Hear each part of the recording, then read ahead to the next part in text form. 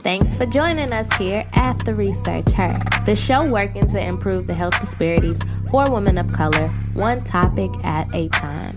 And I am Alicia. I'm here learning and growing with you as we research our way to wellness. It's E40 in his eye. Welcome to episode 40 of this playground called The Research Her podcast. And let's get to it. The female genitalia and all of its authentic intricacies and complexities are simply not talked about enough. Here on The Research Her, we will talk about her or him if your genitalia does have a gender. On this episode, we will be discussing the science of WAP.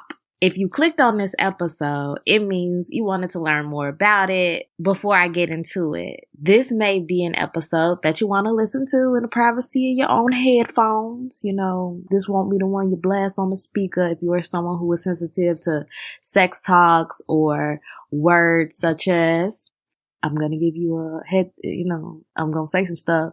So I'm giving you a chance to log out before I say it. If you are uncomfortable with words such as pussy or ass or dick, if that just don't sit well with you, maybe this isn't the episode for you, or maybe it is. You just got to be alone while you listen. Either way, I gave you a heads up, said it here, there was your warning, and now, wet ass pussy. Or WAP, okay? As you all may or may not know, if you don't know, what rock are you living under? But fine. Cardi B and Megan Thee Stallion dropped a song Friday with that as the title. And first off, I just want to say we stand the queens, okay? Because the littiness, in which is the remainder of my summer, baby, is here. But not only that, I wanted us to continue the conversation on this topic here on the podcast, but from a little bit of a different perspective, which is discussing the science of WAP, what it is, where it originates, how to optimize it, its purpose, and why we need to normalize all pussy types. So let me just start off by breaking down what is WAP. So the term pussy itself refers to the female internal and external genitalia. And the focus of this episode in particular is the vagina. Although there are many organs within the female genitalia, we are focusing mainly on the vagina and the secretions which come from it. To those who need a refresher, the vagina is the muscular tube that connects the uterus to the vulva. So what you see on the outside, such as the clitoris, the labia, and all that pretty stuff, that is your vulva. And, you may know a little bit about the uterus. But from the vagina comes the discharge, or what creates the wet ass effect of the pussy. So we have our gynecologist on call, our great sis, Dr. Ruth Arumala, who will talk to us more about vaginal discharge. Vaginal discharge is a combination of fluids from the cervix, which is the neck of the uterus, and the vagina itself. Well, this is a combination of cells, moisture that is given off by blood vessels, and any kind of discharge that comes out from the vagina. And what she means by that is that our vagina walls will release aged lining cells along with its mucus lining, different bacteria, lactic acid, glycogen. So that is what is all contained within the discharge. As we discussed with our great sis, Dr. Ruth Arumala, in episode 15 of the podcast, a vagina should have a low pH, somewhere around 4. And one of the molecules that influences the maintenance of that pH is the lactic acid. As you know, lactic acid is also that molecule that is being created during intense exercise, just to throw that out there.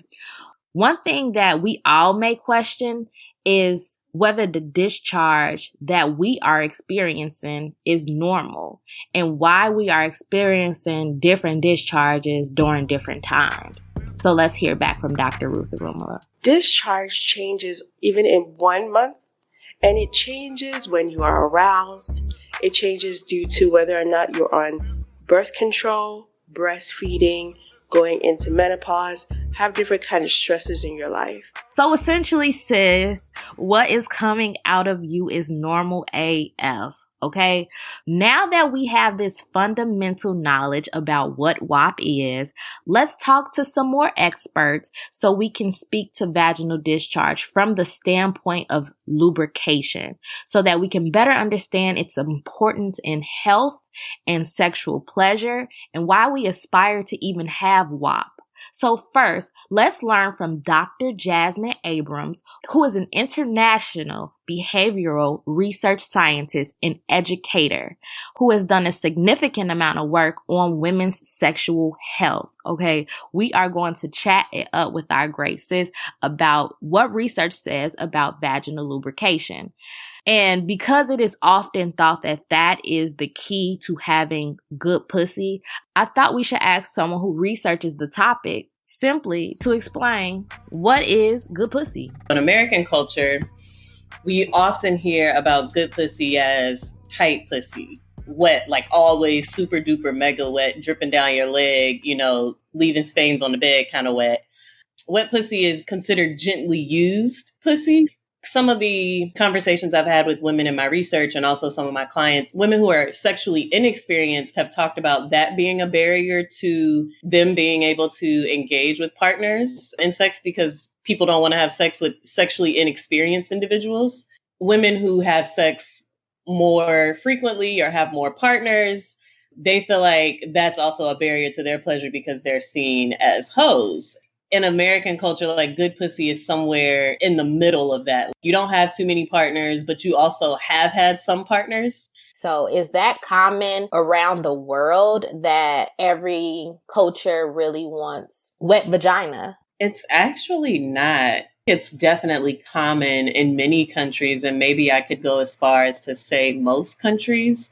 But around the world, there are actually some women who purposefully dry out their vaginas because their partners, men in their culture, prefer dry sex. And women go as far as to put different astringents, bleach, herbs that dry out the vagina so that they can please their male partners who prefer dry pussy. So is it normal for all women to have wet ass pussy? No, it's not normal for people to have WAP every single day, all throughout the day. So thinking about day to day, one of the first things that comes to mind is our menstrual cycles. During different times of the month, our bodies, our hormones are doing different things that ultimately influence our vaginal lubrication. But there are also a host of other factors like diet. What are you eating? What are you drinking? Are you consuming too much alcohol? That might contribute to vaginal dryness. Are you drinking enough water? Are you exercising? There are several studies that have found that doing at least 30 minutes of cardio at least 3 times a week can drastically increase vaginal lubrication and subsequently opportunities for orgasm as well. When you think about, again, the day-to-day, physical conditions like physical health conditions and mental health conditions that people have that also ultimately influence vaginal lubrication, like depression is a really big one. And then if you're on any medications to help you manage stress or depression or anxiety, some of those medications can also influence how wet or not wet a vagina gets. Little do some people know that there are a lot of women out here who are going through all types of motions to make their vaginas wet. Like it's not naturally wet. Even Cardi B has admitted to using a pharmaceutical drug to achieve WAP. WAP isn't something that naturally happens all the time, and women are using supplements to achieve it, and that's fine. So long as those supplements aren't harmful to your body, I think it's certainly fine to utilize a supplement. There are more natural ones, not necessarily pharmaceutical, like slippery elm, for example, ashwagandha. Also, there are several that also help with libido and becoming more aroused, which can help facilitate WAP. Why do we aspire to have it so much? Like, what is that thing that is telling us we need WAP? When I think about this, there are 3 P's that come to mind. One is pleasures. It feels good to us as women to be lubricated for a few reasons. Physically, the sensation of a penis or an object going inside of your vagina when it's wet feels much better than it does when it's dry. That's because when you're having dry sex, your vagina is actually more prone to ripping and tearing and abrasions. I don't think there should be trauma caused to the vagina during sex. The other P's that I would involve would be patriarchy and what I call the please disease, like that desire to constantly want to please other people. Patriarchy has such a huge role in how women see their bodies, what they think their bodies should do. I love Cardi B, I love Meg Thee Stallion, and a host of other female entertainers. But when women rap about or sing about how wet their vaginas can be, think about the context that they're saying that in. More often than not, a wet vagina is described as something that is able to attract male partners. It's something that's able to keep a male partner around. Like I think in the song, Cardi said, she doesn't cook, she doesn't clean, but she still has a ring. Mm-hmm. You know? I don't cook, I don't clean, but let me tell you, I got this ring. In the context of a song called Wet Ass Pussy, it means that's why she got the ring, right? That our value and our ability to get partners or resources is hinged on our ability to please a male partner or a penis in particular. So one of the things that my research has started to investigate is the orgasm gap. And this is for heterosexual women, they are about half as likely to orgasm during sexual encounters as their male partners. Men are looking at 80, 95% chance of orgasming during every sexual encounter, whereas women are somewhere between like 30, 45%, 50% if you're lucky. Why? Why is that the case? Because women more often than not show up to sexual encounters wanting to please. That's their first mission. And that's why we don't see this gap with, for example, lesbian women. Cardi B made this contribution to Instagram Live the other day. You niggas can't fuck. And that's why y'all can't have no wop, wop, wop. Because you niggas can't fuck. You know what I'm saying? Sometimes it's not always the bitches. It's you niggas. And you y'all dry ass dicks. Some of you niggas got some dry ass dicks. Ashy as fuck. Do you have any commentary on dry ass dick? First of all, let me just say, I love Cardi. Her ability to show up as herself and not care what anyone thinks or says. I really absolutely love that about her. I love that she's using her platform to provoke and inspire discussions that we might not otherwise be having. One of the little known facts about penises is that they are also supposed to be lubricated. When we think about heterosexual sex in particular, penises are also supposed to be providing lubrication for sexual activities. That is the evolutionary purpose of pre-cum. It's to provide lubrication. Oftentimes when we're having sex, that isn't a topic of discussion. If sex is dry, it's the woman's fault. Like, oh, well, is something wrong or you're not into this? But the woman could be asking the same question if they're, having unprotected sex with a partner. Oh, is something wrong? You're not into this? Or even if she's having protected sex and the partner is complaining about things not feeling as good for him. There are people who actually put a little bit, not a lot, a little bit of lube inside of the condom to make sex with condoms more pleasurable. If you have pre-cum, that would be inside of the condom when you're having sex. So ideally, it's not supposed to be dry inside the condom. If it is, like, women could be asking the same questions that often make women feel self-conscious about their ability to self-lubricate. Those same questions could be asked of men. How does lubrication contribute to sexual health? I love this question. Also, you have such good questions, by the way. Thank you. Yeah. I am a sexual health researcher. My primary focus in my work has been HIV prevention. So when we think about lubrication and what I was mentioning earlier, those tears that you can experience during dry sex, if you're having sex that's creating more tears, what does that do? That creates more entry points for disease or viruses. So when we think about some of the protective mechanisms of lubrication, like it's actually really, really good for your vagina to be well lubricated before, during, and after sex. so that you can prevent any micro tears that you might be experiencing from, you know, even just rubbing up against someone vigorously, or when you're wiping or cleaning yourself after sex. Like, you don't want to do those things dry. I really want women, like, I deeply, deeply want women to have pleasurable orgasmic sex. Most women are not going to orgasm or even experience pleasure if they're having dry sex. And I know some women will like try to tough it out if they're not lubricated anymore, or they feel embarrassed about using lube or wanting to use more lube if they already used a little bit through the quote unquote, I'm air quoting, end of sex, i.e. when their partner comes, which does not necessarily have to be the end, but is often the end. But they're not necessarily worried about them also experiencing the same degree of pleasure. I think there definitely needs to be space for women to say, hey, wait, this isn't feeling good for me. There are very few women who will say that. And that's where we also get into this whole idea of faking orgasms. I've had some of my clients tell me they fake orgasms so that the sex will be over faster. Some men do want to please their partners, and they'll keep going until they felt like they pleased their partners. So women that have that knowledge that are not enjoying sex will fake an orgasm so that their partner can think, oh, okay, well, she came, she's pleasured, now I can. You'll never catch me calling these niggas daddy. I ain't lying by my nut just to make a nigga happy. Yes. Well, I actually was riding yesterday and that song came on the radio, and it, you know, I knew I was going to interview with you, and I was like, oh my God, this is perfect. This is I love that kind of energy. Yes.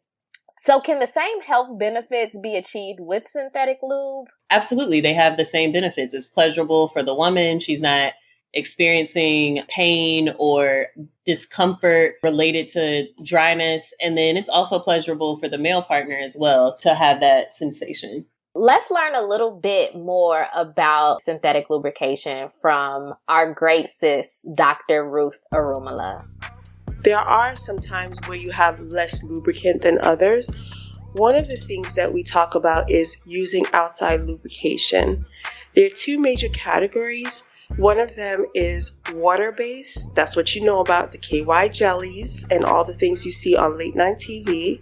I don't even know if that's a thing anymore. And then the second is silicone-based lubricants. Silicone-based lubricants are a lot more efficacious or efficient at keeping in moisture. However, they break condoms. So if you're having unprotected sex with a partner that you know there's STD status, we can encourage silicone-based lubricants. The best one being Astroglide. So I hope that helps. Coconut oil can be used as a lube for people who want to use something more natural. One of the research studies that I did with women, talking with them about like what is pleasure and how do they achieve it? How do they prepare for it? What are their barriers to pleasure? And so when we think about what influences sexual arousal and ultimately lubrication, there were a host of factors that women mentioned, and a lot of them stemmed from psychology. Women were talking to me about having body image issues. They're laying down and their breasts fall to the side. Oh my God, is he thinking that my breasts don't look good from this angle? Oh, does he think I'm fat or unattractive? Is he thinking I'm too skinny or my bone might be sticking out here? And rather than being in the moment of the act of sex, a lot of women get caught up in their brains. Some women are also caught up on concerns about infidelity. Maybe she went through his phone, a couple hours before the previous day and she hasn't mentioned it. Several women in my study mentioned social media as a barrier to their pleasure. Going onto their partner's page or looking at his activity on social media, seeing pictures that he's liking and recognizing like, oh, I don't look anything like these women. And when it comes time for sex, that's showing up for them like, oh, is he imagining me? Is that woman's pictures he was liking? Or does he wish I looked like this? Is this disappointing? Or just generally feeling hurt that you aren't what you perceive your partner's desired ideal body type to be. And some people are just damn tired, okay? Like, after like a lot of women, we work, right? This isn't the 1950s, 40s, 30s, when a lot of women, their primary jobs were at home. And not to say women who are homemakers, they're not tired, but women who do both, are definitely tired. You're working a full-time job and you show up, you're doing pretty much all, if not the majority of the raising of the kids, cleaning of the house. There are women who take on both of those roles as provider, protector. I would like to interject right here and say, and we are in the midst of the pandemic, which is COVID-19, yes, where there are some women who are not only working from home, cleaning and taking care of the kids regularly, but then now they have to homeschool their children. Exactly. And so there can be women who, I would love to have sex, but I'm actually just exhausted. And I've actually had a really great opportunity to be on a podcast full of men who were asking several similar questions. And one of the things I told them is you have no idea how far you showing up outside the bedroom will go inside the bedroom. I remember one of my clients, she was like 2 or 3 years into her marriage. Her and her husband had pretty much stopped having sex. I was exploring some of the reasons why with her. And she's like, well, it's not that I don't enjoy it. I'm just tired from doing everything. And I get pissed that when I come home from working all day, he's sitting on the couch like, babe, what's for dinner? I just worked all day just like you did. Why can't you tell me what's going to be for dinner? And then she says, then after I go in the kitchen and slave away over dinner, he goes to play video games or goes to lay down in the bed and is like, can't wait to see you after you finish washing these dishes. And she's like, he just doesn't understand that, bruh, if you wash these dishes, I would jump on you. Thinking about what your partner's love language is, especially right now, like you were mentioning during the time of a pandemic, how are you loving on your partner? How are you showing up for them outside the bedroom? Because all of that stuff ultimately connects to inside of the bedroom. My vagina is going to be so much wetter for a man that shows up consistently, that does what he says he's going to do, that helps me with things that I didn't even ask him for help for, but he knows these things are stressing me out. Women who enjoy sex want to have sex often. There's this huge stigma, I think, for women when they get married or after they have children. And granted, there are a host of other factors that can influence a desire to have sex in those circumstances. But when a woman enjoys sex, when she's orgasming consistently from sex, she wants to have sex frequently. She doesn't see it as a job that has to be done. Like some of my male clients have talked about that. Really, I love my wife. I'm super into her. I think she's really attractive, but she never wants to have sex with me. And when we do have sex, it's like the lazy side booty. It just makes me feel like she's doing it because it's her wifely duty. I would say to those men, there is a really good chance that she does not enjoy sex with you. It may not be a you thing. She just might not be enjoying sex in general. But 9 times out of 10, it's probably sex with you. Because there are women out here. I know y'all saw that video of the woman setting the guy's car on fire. There are women out here who are blowing up houses and cars and killing people, literally. Not to say these are good things, but I think this is an indicator of what good dick can do to somebody. There are women moving across the country, quitting their jobs for good dick. There are women cheating on their husbands for good dick. Women will go to some pretty far lengths to make sure that they can keep that. I guarantee that it's a rare occurrence that for a woman who's enjoying sex with a man, or any partner for that matter, they not like, oh, I'm too tired. That's not a regular thing. But you can believe that a person who's enjoying sex is not going months on end, years on end without having sex. No, it's not happening. My great sis said she doesn't enjoy having sex with you. I'm telling you. I hate that it's such a taboo thing to talk about sex. A lot of my friends, and I've seen the same thing with clients, and even in my research, women's best friends probably know more about how they're experiencing sex with their partners than their partners do. Women will tell you like, oh my God, he comes every 30 seconds. I can't even ride on it good before he starts coming, or oh my God, he makes this noise that I really hate, or his cum tastes so gross. Like they'll tell their best friends these things, but they often won't tell their partners. And how can you expect for things to improve if you're not sharing things with your partner? Now, sometimes people might think if it's a penis size thing in particular, well, there's no room for improvement. Like if I tell her, what is he going to do? And this is even before sex is on the table. Sometimes I ask men that I'm dating, like, how would you feel? Like, I don't know anything about their penis size. This gets at so many things, ego, openness. But I asked, like, how would you feel if you were dating someone and they wanted to use a dildo during sex with you? And one of the responses that sticks out in my mind, this guy said, oh, no, I don't ever want to be with somebody that wants to use a dildo when I'm having sex with them. That would be so emasculating to me. She better act like she enjoys it. If that's the response, how could a partner talk to you about your penis size not being a good fit for them? And what are some other ways that we can make the sexual experience work better for me? Right. And I just want to go back to the original topic and saying, and that may have been the thing that allowed for her to get some WAP. It may have contributed to her being turned on, which then translated into a wetter vagina. And because you are stripping that opportunity from her and then telling her, oh, well, your pussy isn't wet. Well, you're not doing what I want to do. You're not making this an enjoyable experience for me. So how am I supposed to give you what you want if you can't give me what I want? Exactly. Talk about equity, sis. Go ahead. How do we show up equitably in a sexual encounter?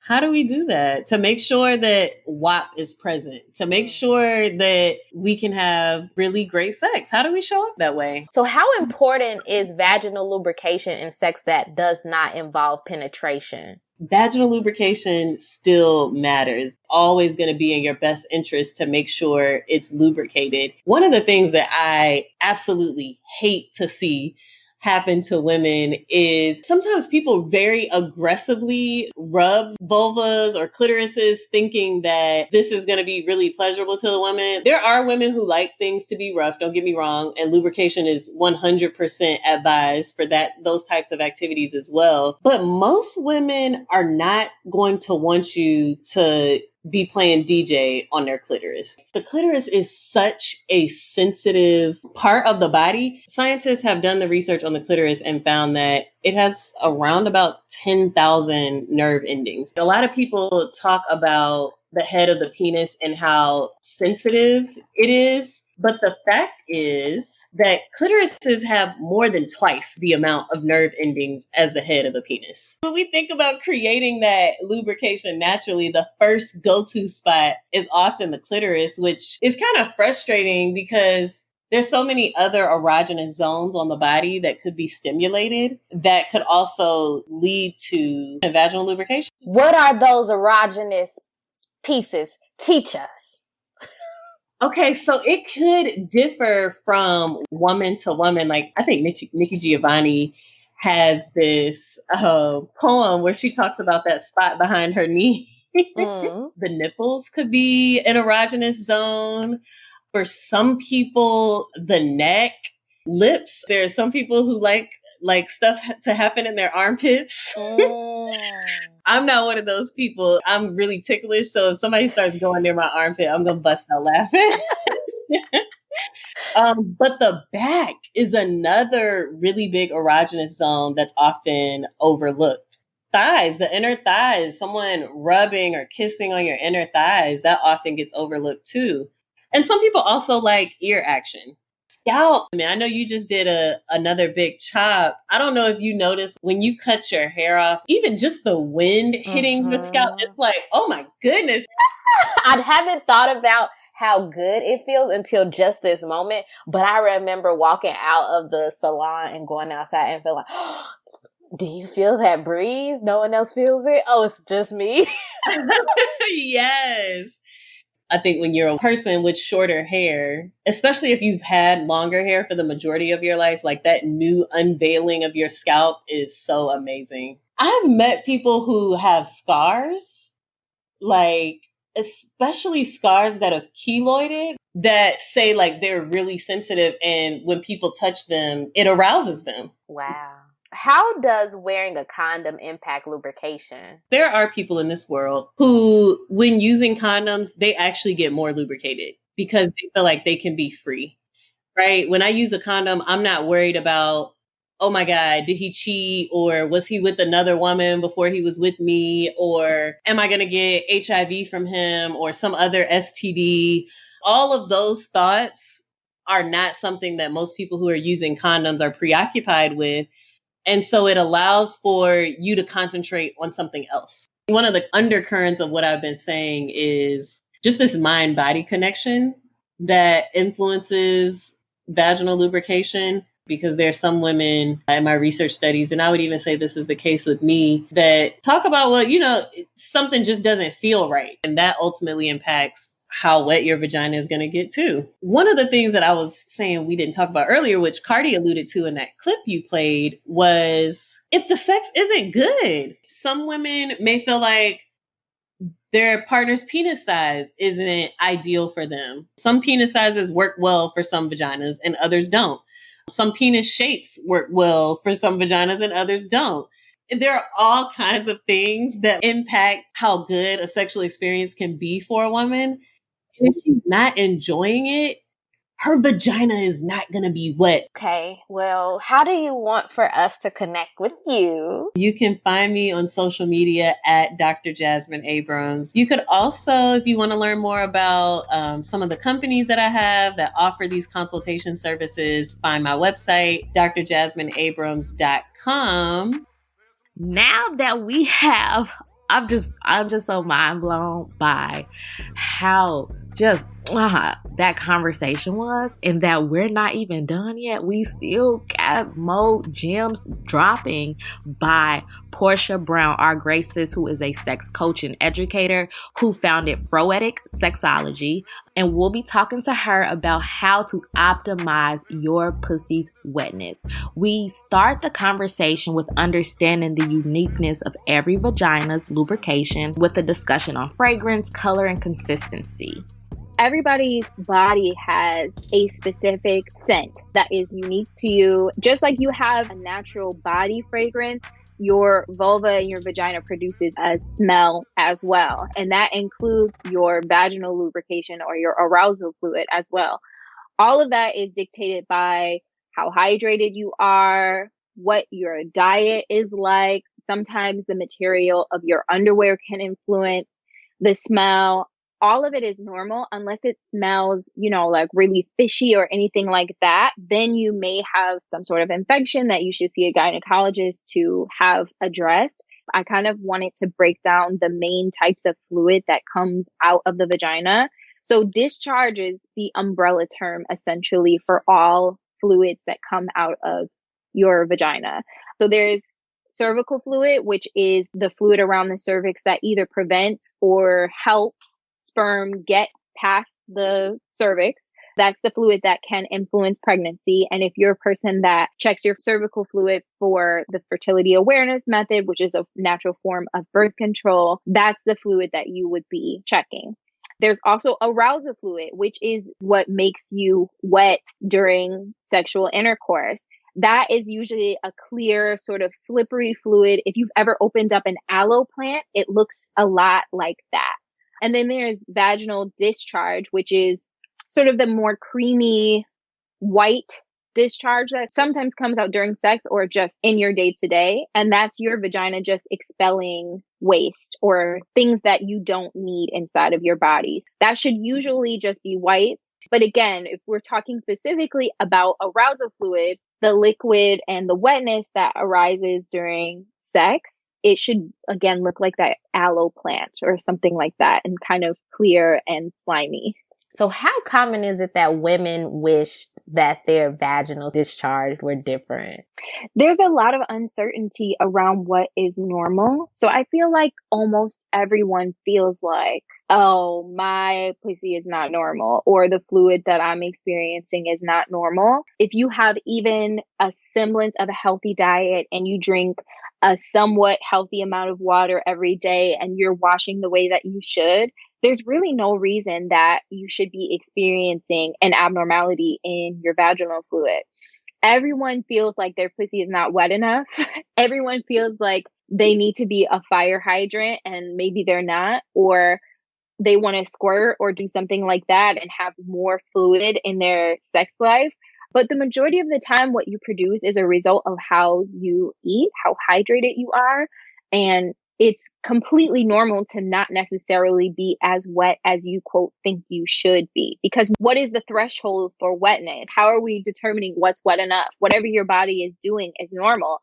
And if you want to be more wet, more aroused, then there are several ways to address that. But most people are extremely normal, but they just think they're not because of outside influences, because of pop culture, because maybe they had one bad experience with a partner and they told them their pussy was dry when there was really something else going on. While having sex, is it that your pussy is broken if you don't immediately get wet when it's time to have sex? I get this question so much, girl. You have no idea.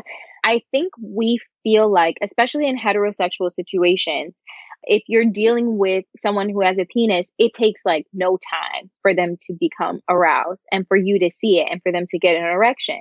But people with vulvas don't necessarily work the same way. And that's okay. And that's completely normal. We, as people with vulvas, can take usually between 12 and 20 minutes to become fully aroused, not have an orgasm, but become fully aroused. So that means the cervix will ascend up higher in the body. The vaginal canal elongate. Normally, just when you're not in an aroused state, your vaginal canal is about 3 inches long.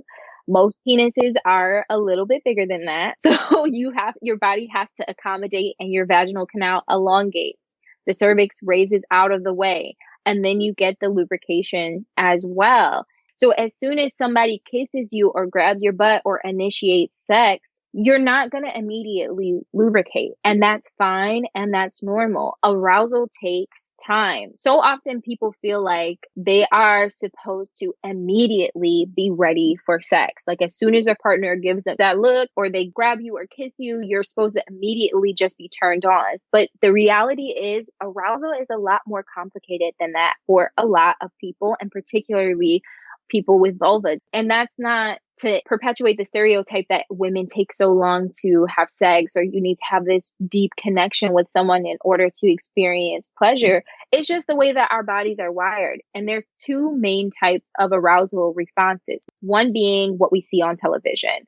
That's spontaneous arousal. You're basically walking around and the moment you see your partner, you're immediately horny and ready for penetration. Some people do have that arousal style. And some people experience that during ovulation or maybe during certain parts of the month, or maybe it's been a really long time and it doesn't take you as long to become aroused. But for 83% of women, we have an alternative arousal responsive style, and that is responsive arousal, meaning you need something to respond to. Maybe your partner rubs your back and that turns you on after 10 minutes of them doing it. Maybe you need to make out with them for an extended period of time. Maybe you need to watch porn. And then once you experience that stimulus, then you can begin the 12 to 20 minute process of experiencing lubrication, et cetera, et cetera. And we rush through sex so much. We rush through foreplay so often, and we don't spend the time that we need to get to full arousal. So we think, oh, my pussy is broken, when really you're just jumping past some of the checkpoints. So how can you direct your partner to get you fully aroused? Yes, I don't want to make it sound easy, and I don't want to romanticize this process, because the fact of the matter is most of the challenges that we have when it comes to sex, they have nothing to do with what's actually happening in the bedroom. So when it comes to communicating your needs to your partner, I always say, think about the way you communicate non-sexual needs to your partner. Or if it's a one-night stand, think about how you communicate non-sexual needs to other people in your life. If you have a hard time telling your friend that you need their support, then you're going to really have a hard time telling your partner what you need during sex. So I always encourage people to look at the platonic situations in their life first and address those first. So then you can model that communication style when it comes to sex. Now, when it comes to actually directing your partner on what you need, I think it's best to talk about those things outside of the bedroom. and talk about like, oh, I really like oral sex in this specific position. I like to sit on people's faces and that really gets me off. Or there's a particular sex position that I really like where I stimulate myself and that's how I get off and how I get to orgasm. Talk about those things casually ahead of time. That can be during some flirty sexting before you have sex. That can be the conversation as you wrap up the night. If you're out at a bar, you can turn the conversation to like, what kinds of things are you into? Let's talk about it. Let's get into it. And that's a good place to express your needs in that moment in hopes that they'll pick up on your directives and remember. It's really, really challenging to give those directions in the moment because you're trying to meditate on the pleasure you're experiencing and trying to stay focused and in the room with the person that you're with. But when you're actually in the moment, I like to grab people's hands and guide them where I need them to go. Ask them to be patient with you. If you find that they're trying to move on and you haven't orgasmed or you haven't reached full arousal yet, look at them, give them that sultry bedroom-eyed look and just say, can we slow it down just a little bit? I don't want to rush this moment with you. And hopefully that person responds beneficially to you. If they're not responding in a way that prioritizes your pleasure, then you may want to rethink the time you're spending with them, to be quite honest. Short sentences work best, a little faster, a little slower, baby, a little to the left or right. So we talked about it before. You got the flirty text messages where you express your needs. You have the short sentences and directives during sex.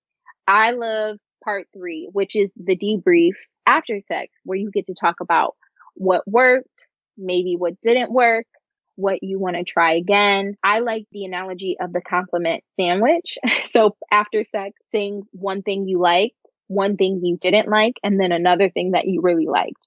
For example, I would say something like, I really liked how you really took your time in the beginning and let me take all the time that I needed to get aroused. But I felt like when we got to oral sex, you rushed it a little bit. But the other thing that I really liked is when you pulled out a toy for me to use. So that way they're left with the thing that's going to boost their self-esteem, but they still get that, that added direction. Mm-hmm. Earlier, we were talking to Dr. Jasmine Abrams. If you are someone who is having sex with someone who has a penis, they may not have a penis size that is what you need in order to reach that WAP, whether it's too big, whether it's too small. Is there a way for you to communicate with your partner other ways of pleasure, such as telling your partner, like, I want to incorporate toys into our sex experience? Yeah. I'm hesitant to give the advice that you should comment on your partner's body. If they have a smaller penis, chances are they already know. They probably are self-conscious about it. So you don't have to say, hey, your penis is not what I need. I need a toy in order to get the pleasure that I need. Sometimes it's an issue if your partner's penis is too large. And there are alternative ways of addressing those issues without directly saying what the problem is. I like to suggest to people that are having specifically the small penis issue that you try out certain positions that make your partner feel larger. That can include, you being on top and maybe they put pillows underneath their hips so their hips are raised. Doggy style is also good for making a penis feel larger. If you're to the point where you want to incorporate toys, that can be really tricky. And that's where you have to really tap into your emotional intelligence about your partner. A really easy way to slide that into the conversation is to say something like, hey, I bought this toy. I've been using it on my own time when we're not together, and it makes me feel so good. I'm curious if you want to see me experience this amazing orgasm. It made me so wet. I want you to experience that with me. You have to be ready to give that person time to think on what you are asking them to do. Just like it took you time to come to the realization that I'm not getting what I want, I'm going to try to bring toys in. It's going to take them a little bit of time to marinate on it and come back to you with an answer. I heard from a friend this analogy, and I think it is a perfect analogy for this situation. Any handyman or handy person or repair person uses tools to do their job efficiently. And I feel like sexual situations we can look at very much the same. And while, we can have really great sexual situations without sex toys and without any added things, it's just going to be better if we use something to assist us in the process. A lot of people, their complaints, specifically for people with vulvas, is that it takes them a while to orgasm. Again, we have that up to 20-minute arousal period. And sometimes that feels really long for our partners. And most people with penises can't last that long just biologically. Like, a lot of them aren't lasting past that 20 minutes, and that's okay. We have to become okay with that. So what can we do to sort of meet each other in the middle? That might include a sex toy, and that's fine. That doesn't mean that anyone is inadequate anywhere. That just means that we're both trying to prioritize pleasure. It can take a lot of cis men, particularly, a while to come around to the idea of using a sex toy in bed. But when they see the pleasure that you experience, if that person truly cares about you and wants to prioritize your pleasure when it comes to sex, then there's no way that they're going to refuse. So when are the best times to have these conversations? Just like you would bring any other concern up to your partner, sexual or not, you should talk about it over dinner, outside of sex, outside of the bedroom. Please don't bring up challenges, these serious challenges, in the actual bedroom. That can disturb the energy, that can disturb the flow that you all are in. Talk to them about it in the kitchen on a regular Saturday morning and just bring it up as casually as you can. It's not a thing that should feel like this big daunting task or this huge serious conversation. It can be like, I'm having a small challenge, or I have an idea that can make sex better for us. So what are some important factors for one's overall vaginal health? The same things that keep your whole body healthy is what's going to keep your vulva and your vagina healthy. Listen, there's so many recipes on the internet right now, and I feel like every time I get on Twitter, there's a new herbal mix somebody is selling that's supposed to turn your pussy into a slip and slide. And let me tell you, those things are possible. I don't want to shit on anybody's hustle, but if you're drinking a specific tea every day, or you're taking a pink pill, or you're eating pineapples 2 days before all of your date, all of that is in vain if you don't have a healthy lifestyle overall. There's no amount of pineapple juice you can drink that's going to make your pussy taste like pineapple if you eat processed foods every day. Like, we have to think about this thing holistically. You're doing things on a regular basis, like Kegel exercises. So that's the contraction of the pelvic floor. That's the contraction of the muscles that prevent you from urinating on yourself or things of that nature. If you're doing those basic things, then your body is going to function exactly as it should. Your body is going to lubricate exactly as it should.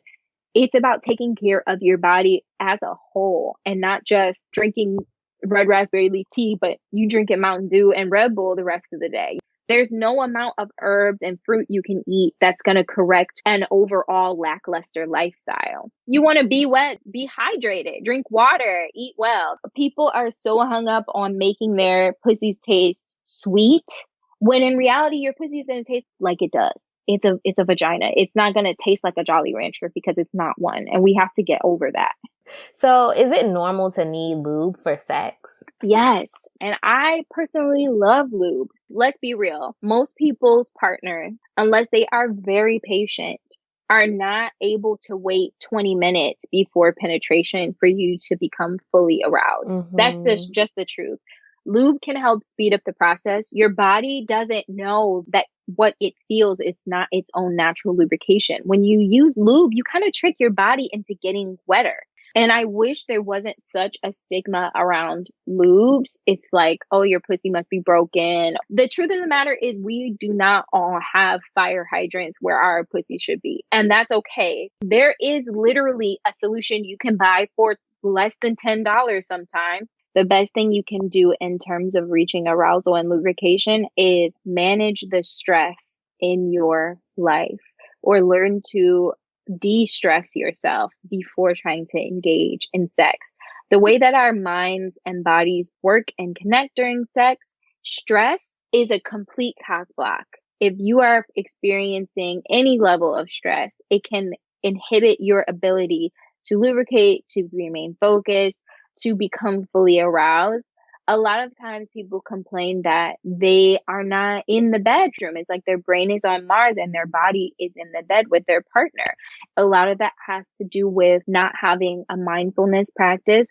Mindfulness, for those who don't know, isn't necessarily meditating for 2 hours a day. It's being able to focus on the task at hand, whether that be eating, whether that be brushing your teeth, if you work out, being fully present and in your body and not all in your head during those activities. When you reduce stress and increase mindfulness, you will definitely see a result that is beneficial to you, because you're going to be more focused on the sensations in your body, more focused on your partner, and therefore better able to achieve arousal. I don't want to romanticize this and be like, girl, all you need to do is drink water and breathe deep a couple times and there you go. Like, that's not what I'm saying.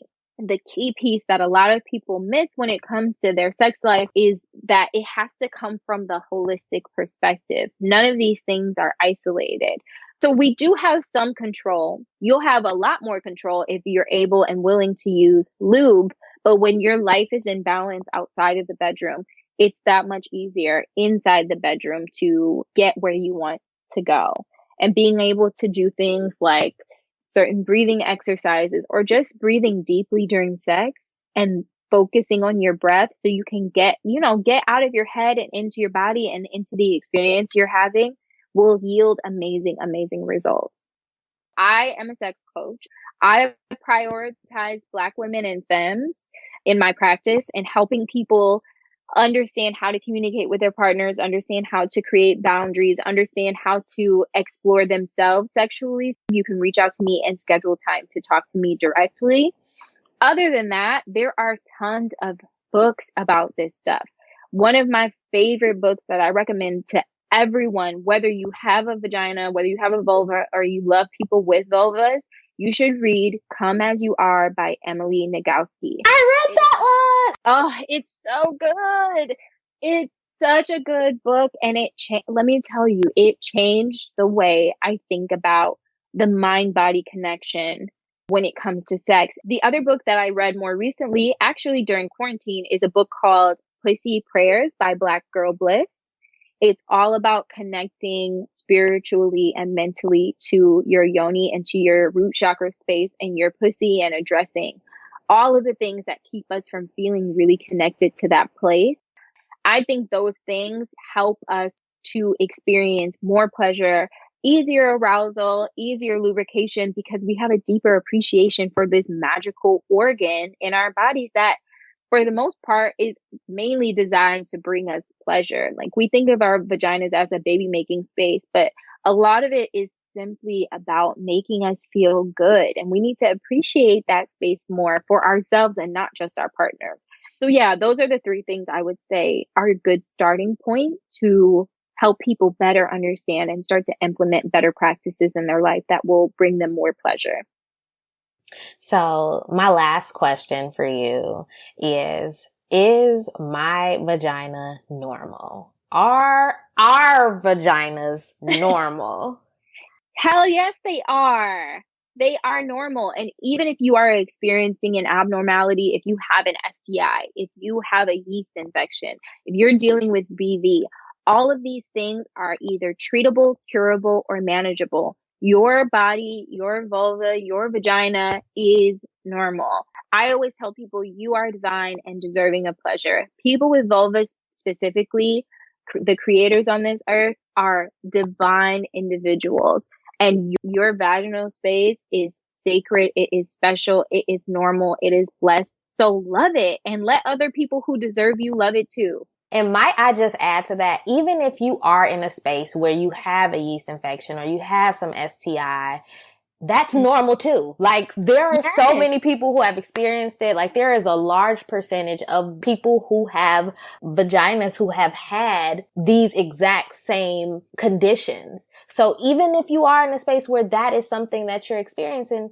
that too is normal. Yes, well said. It's a part of the experience of being a person on this earth. And again, they're either curable, treatable or manageable in some regard. All of that is normal. We don't say that enough. So how can we connect with you after this episode? I go by Froetic Sexology on Instagram, Twitter, and I have a YouTube channel as well. You can also reach out to me via my website, froeticsexology.com. Links to connect with all of today's guests are in the show notes. Please don't tell me that this episode was not worth a rate or review. Come on. You know you want to do it. Give us a rating and write a review for the podcast. It helps others find us over here. And I'm currently looking for sponsors, so all of your support is very helpful. Find me on the socials at The Research Her or at theresearchher.com. And wait, did you leave a review yet? Please go leave the review. And until next time, I'll holla. No, like that one. I want to try it again. Until next time. Oh, wait. I could say, until next time, I swallow.